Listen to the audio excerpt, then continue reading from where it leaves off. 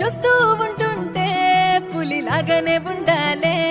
నవ్వుకుంటూ వస్తుంటే గుండె చిందులు వెయ్యాలే,